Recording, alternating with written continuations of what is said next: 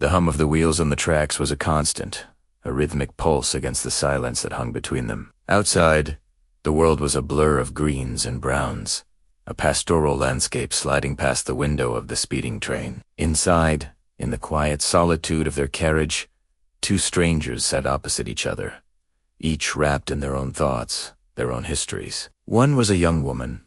Her name was Ella Ray, a musician with eyes that held the deep, reflective quality of a still lake, her violin case resting faithfully by her side. The other was an older man, Arthur, a retired watchmaker, whose hands, though now spotted with age, still possessed a steady, deliberate grace. The train was carving its way through the countryside, a silver artery connecting disparate points on a map.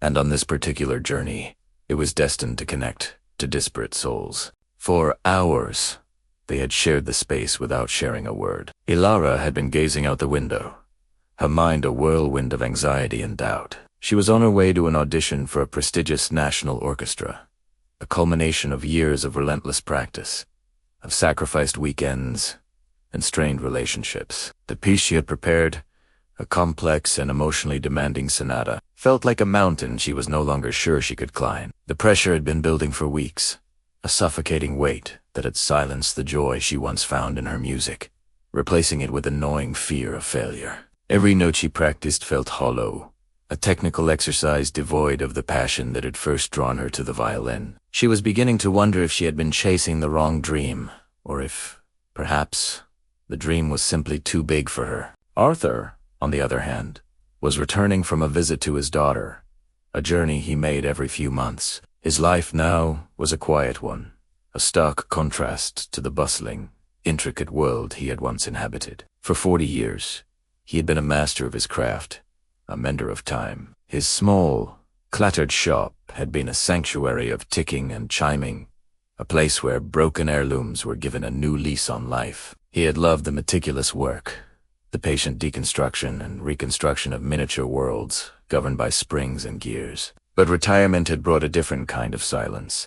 The constant ticking that had been the soundtrack to his life was gone, replaced by the slow, inexorable march of his own time, measured not in precise seconds, but in lonely days. He missed the purpose, the feeling of his skilled hands bringing something broken back into harmony. It was the train's sudden lurch as it navigated a sharp turn that finally broke the invisible barrier between them. A book slid from the empty seat beside Arthur, landing with a soft thud on the floor. Ilara instinctively reached down to pick it up, her fingers brushing against his as he did the same. "Oh, I'm sorry," she said, her voice a little shaky. "Here you go." She handed him the book, a collection of poetry. Arthur smiled, a gentle, kind expression that crinkled the corners of his eyes. "Thank you, my dear," he said, his voice warm and steady, like the low tick of a grandfather clock. "No harm done. It's just Rilke. He's good company for a long journey." That small, simple act of courtesy was a key, turning a lock. The silence, once heavy and isolating, became a shared space, ready to be filled. "A very long journey," Ilara agreed, a small, tired smile touching her lips. "Are you traveling far?" Arthur explained his trip, his voice carrying a hint of melancholy as he spoke of his quiet life. He found himself, much to his own surprise, opening up to this young stranger. He spoke of his watchmaking shop, of the joy he found in the intricate dance of cogs and wheels. "Every watch has a story," he explained, his eyes distant with memory. "It's not just a machine for telling time. It's a keeper of moments, first dates, graduations, a final goodbye. I didn't just fix gears. I was helping people hold on to their memories."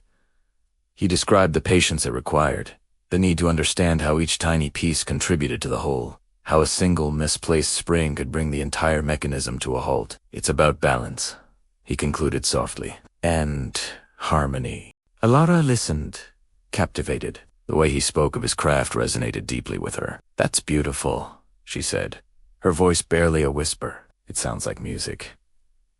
She told him about her own journey, about the audition that felt more like a judgment. She confessed her fear, the feeling that her passion had been eroded by pressure and expectation. "I used to love it so much," she confided, her gaze dropping to the violin case at her feet.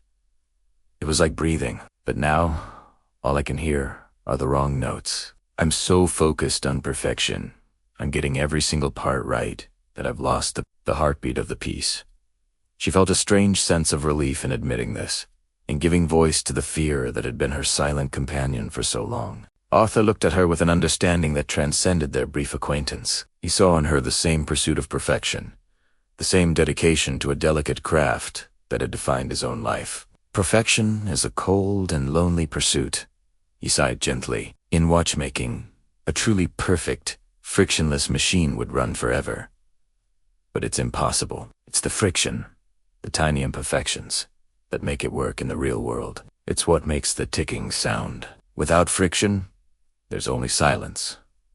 He leaned forward slightly, his expression earnest. Perhaps it is the same with your music. You are so afraid of a wrong note that you are silencing the music itself. A perfectly played piece with no soul is just a sequence of sounds. The heart of the music, the story it tells, lives in the spaces between the notes, in the slight hesitation, in the surge of emotion. That is, its friction. That is, its life. His words struck Alara with the force of a revelation. She had been treating the sonata like a complex mechanism to be flawlessly assembled, just like a watch. She had been so focused on the technical execution that she had forgotten the story she was supposed to be telling, the emotion she was meant to convey. Arthur wasn't just talking about watches. He was talking about life, about art, about the beauty of imperfection. He was reminding her that the goal wasn't to be a perfect machine, but a human being making music. A spoke of the wabi-sabi, of his craft, the Japanese concept of finding beauty in imperfection and transience. He showed her his hands, the slight tremor that had eventually forced him into retirement. I can no longer handle the tiniest screws, he said, without a trace of self-pity. My time for that is over, but it doesn't mean the time I had was any less valuable. Every watch I repaired still ticks on someone's wrist, carrying its own time forward.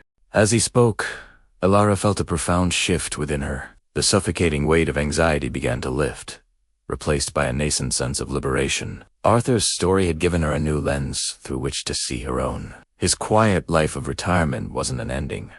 It was a different phase, a time for reflection. His purpose hadn't vanished.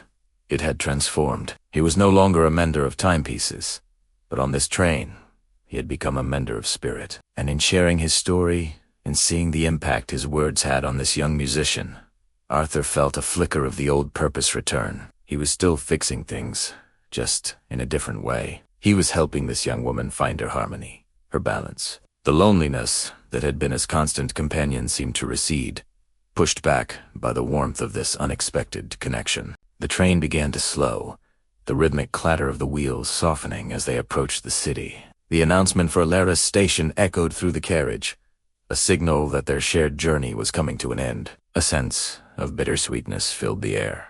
They had been strangers only a few hours ago, but in that short time, they had given each other an immeasurable gift. Alara stood up, her movements more assured, her posture straighter. She looked at Arthur, her eyes shining with a gratitude that words couldn't fully express. "Thank you," she said, her voice clear and strong. "You've given me back my music."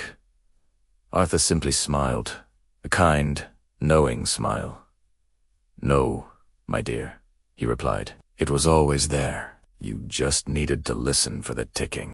As Alara stepped off the train and onto the bustling platform, she clutched her violin case, not as a burden, but as a partner. The city noise was a cacophony, but in her mind, she could hear the sonata, not as a series of notes to be perfected, but as a story waiting to be told, with all its passion, its flaws, and its beautiful, human friction. She walked towards the concert hall, not with the dread of a condemned prisoner, but with the quiet confidence of an artist ready to share her soul. Back on the train, as it pulled away from the station, Arthur watched her disappear into the crowd. He felt a sense of peace he hadn't experienced in a long time. The train continued on its journey, a silver thread stitching together the fabric of countless lives. For a few brief hours, it had been a sanctuary, a workshop, a stage. And on that stage, two strangers had shared their stories, and in doing so, had mended the broken parts of each other, proving that sometimes